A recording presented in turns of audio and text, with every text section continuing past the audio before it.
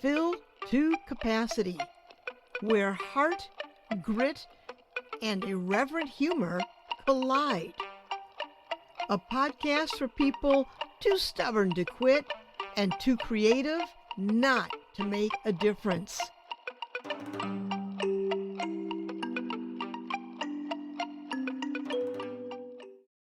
Hi, I'm Pat Benincasa, and welcome to Fill to Capacity, episode number 134.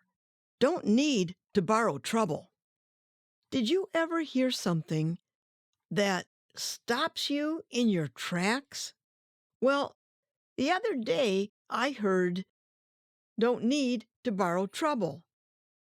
It hit an existential nerve, deep, as if to explain what the hell is going on. Turns out, it's an old American saying from the 1850s.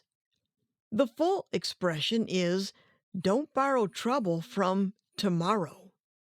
The idea being that you're taking a loan on tomorrow's problems and dragging them into today.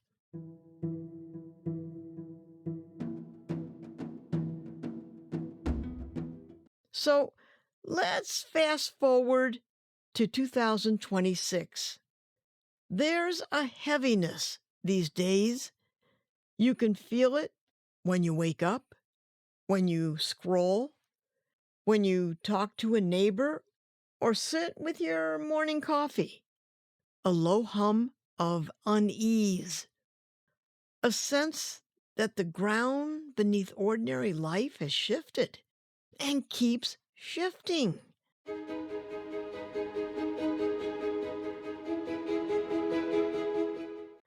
Common sense feels harder to locate.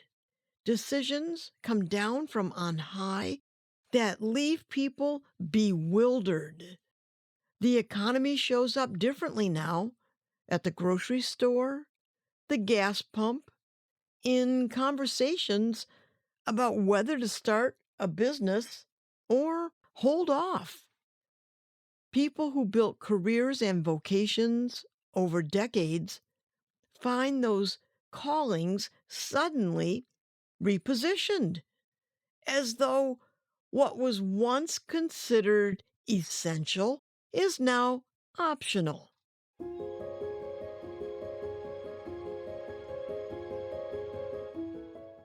In many places, streets carry tension. Words we thought were historically settled, names of places, names of things, are being rewritten. And yet, life doesn't stop. Kids to school, work to do, bills to pay, all of it carried quietly in this pressure-cooked atmosphere. And if that's not enough, there's breaking news flooding the feed, creating a constant, breathless undercurrent of panic.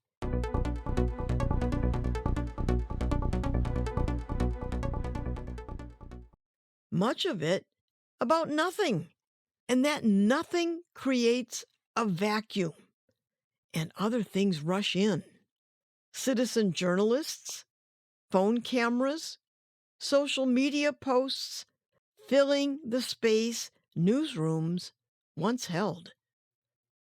Some of it's vital. All of it demands discernment. And you know what? Discernment takes energy, and most of us are already running on low. The overall effect? A kind of low-grade despair, a helplessness, and, oh my God, what next? That follows you into your sleep. And that is exactly where the old saying kicks in. Don't need to borrow trouble. This saying works on 3 levels: economy, tyranny, steadiness. Okay, let's go.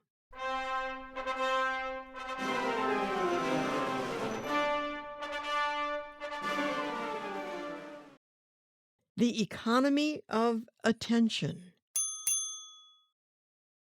Your attention, your energy, your presence in your own life, these are your natural resources, and they're not limitless. And dread? Dread slips in like a thief through an open window.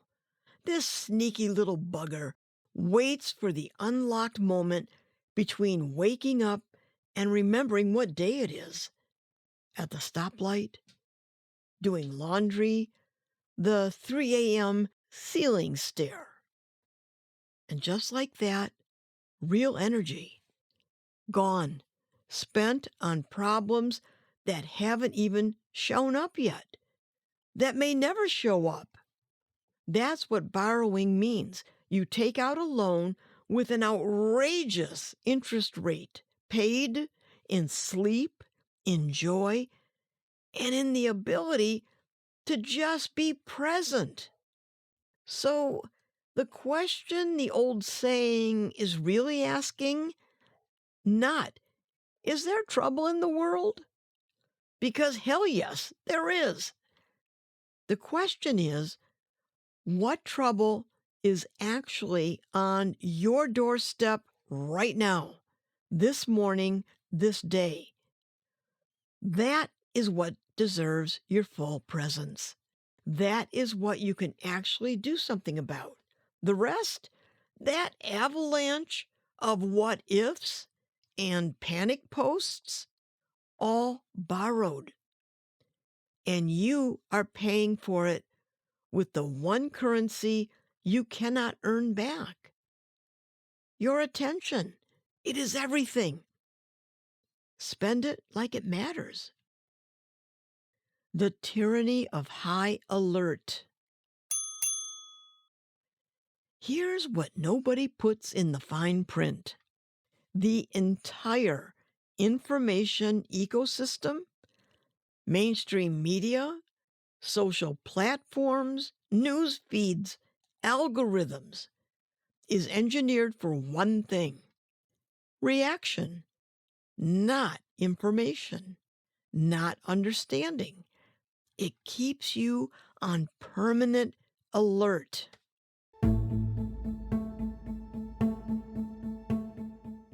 If you are emotionally looking over your shoulder, waiting for the next disaster, how can you think or feel clearly?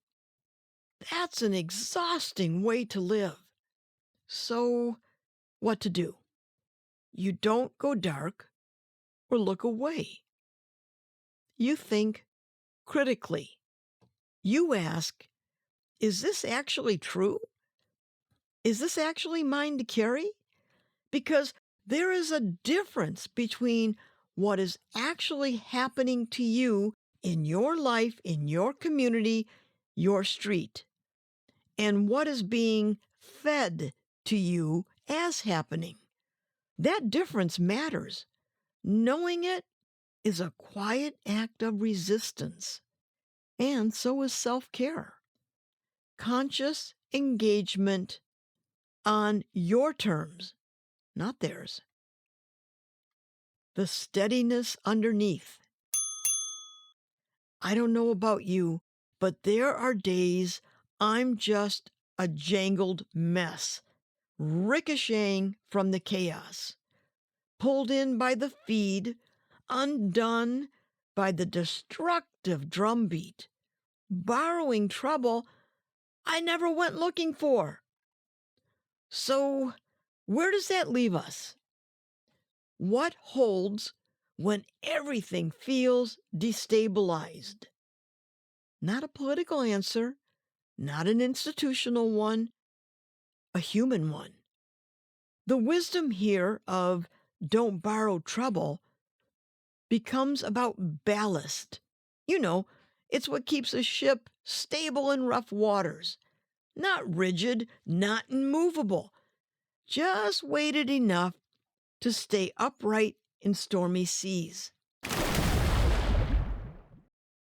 Okay, from stormy seas to a 1939 movie classic. Even Dorothy learned the hard way. She spends the entire journey looking outward. The wizard, the Emerald City, the promise that someone out there has the answer. And when the curtain is pulled back and the great and powerful Oz is just this guy at a machine, the bottom falls out. And Glinda tells her the truth. You had the power all along. The ruby slippers were on her feet from the beginning.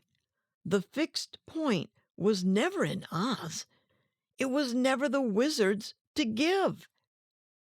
It was hers. It had always been hers. And it's yours too. Not borrowed, not broken, not dependent on who's in power or what's trending or what the algorithm decided you need to feel today. The fixed point is you. It was always you. So don't borrow trouble from tomorrow. Today has enough. And so do you. Oh, and take it easy.